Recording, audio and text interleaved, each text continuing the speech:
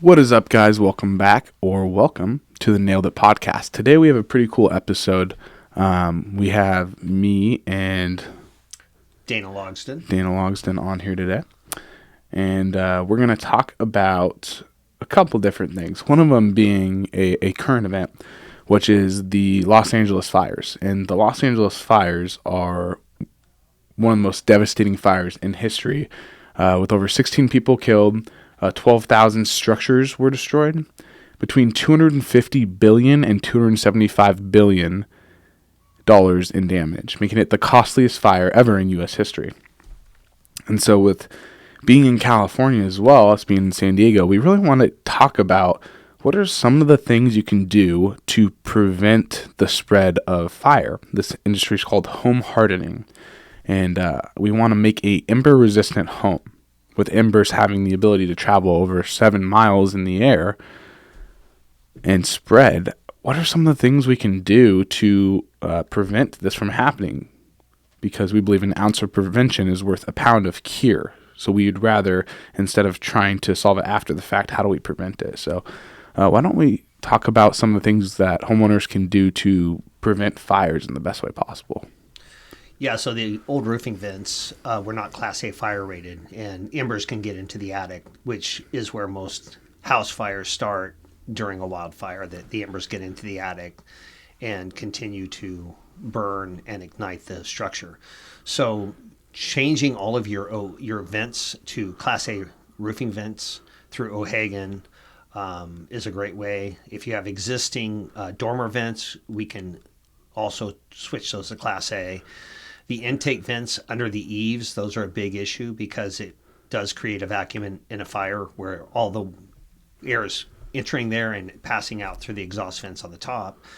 And so you kind of have a vacuum pulling those embers in, which during a fire can be a huge issue. So if you have not made your roof fire safe, now is the time to really get on it. Insurance companies right and left are canceling California policies or requiring proof that the roof is fire safe prior to writing insurance policies. And we're seeing a rash of people call that their insurance companies are not going to renew them. And trying to get new insurance in California is just a mess. You have to try to keep your existing provider, if at all possible.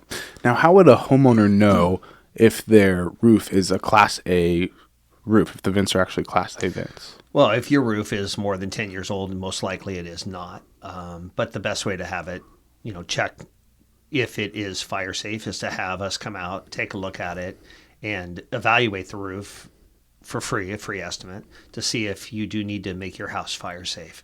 Quite often, insurance companies are requiring documentation, so we will have to do an inspection. There is a fee for an inspection to go out and write up a summary of your roof being fire safe for them to write the insurance policy.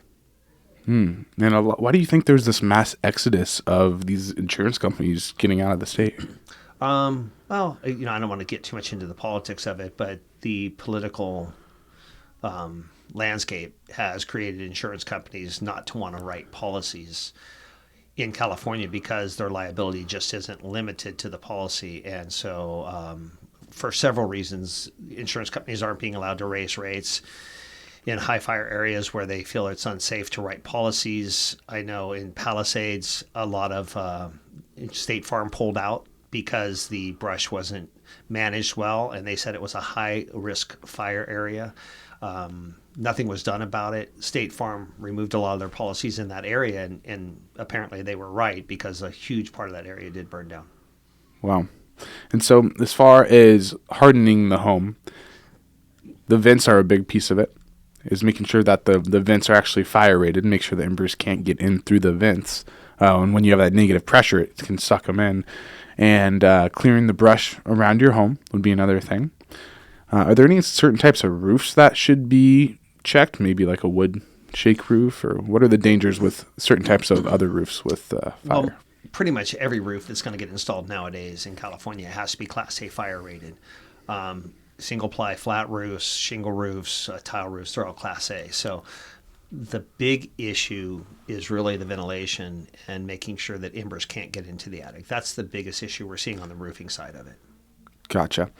Then on the same topic, while we're talking about ventilation already, we've ran into some projects lately, we were talking about this, that are in beach communities. And in these beach communities, sometimes we see that there's a lot of mold issues that can cause a bunch of health issues to different homeowners with this mold, where they have issues with breathing, with sleeping, and not really being able to figure it out until they realize that they have mold there. What are some of the ways that we can help homeowners prevent mold if they're in this coastal community? Well, mold and mildew thrive on moisture. So if you eliminate the moisture in the structure, it's going to minimize the possibility of getting mold and mildew. And the best way to do that is to make sure that your attic is properly vented, or if you have vaulted ceilings where you have very little or no attic space, the Quiet Cool whole house fans are unbelievable. The whole house fans keep the house cooler in the summer, warmer in the winter. It's one of the best values you're going to get in construction to do a whole house fan. We highly recommend those. Quiet Cool we're partnered with Quiet Cool. We are a distributor for them. And getting the moisture out of the house is the best way to minimize the possibility of mold and mildew. Amazing. Great. Well, hopefully we brought you guys some more information today around these different areas.